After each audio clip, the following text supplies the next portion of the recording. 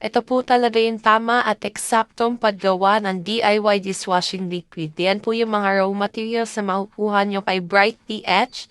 Sa halagang 249 pesos, you can start your business. So, ito na nga po, no? 15 liters na tubig na ready na and empty container. So, ayan po, no? Pagaluin lamang ang thickener tsaka yung salt. Haluin maigi.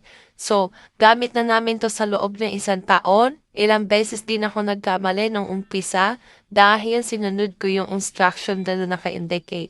Since nalaman ko siya na ito pala ang dapat talaga, yan, haluin mo maigi yung thickener and salt. Pag nag-combine maigi na, ilagay mo yung tubig ng dahan-dahan yung 15 liters. Ayan na. Yan, hanggang maubos mo yan, dahan-dahan lang at haluin mo lang siya dire-diretso habang nilalagyan mo ng tubig. So, pag naabot mo na yung malapot, yung, ayan, nakikita mo yan? Yan yung kalapot dapat, ayan.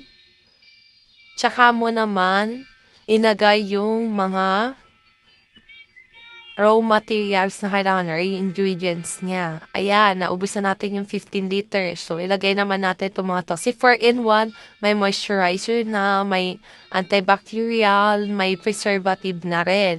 So, napakaganda ng quality nito. Ayan, nakikita niyo naman sa video ko, kompletong-kompleto ang nilalagay natin. Wala akong nakitaan na ganito kakompleto katulad kay Bright PH. Ayan po ang degreaser natin. So, ba't mo kinambay niya, hindi mo hinahalo, okay?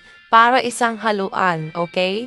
Madidissolve siya ng maigi kada halo mo, okay?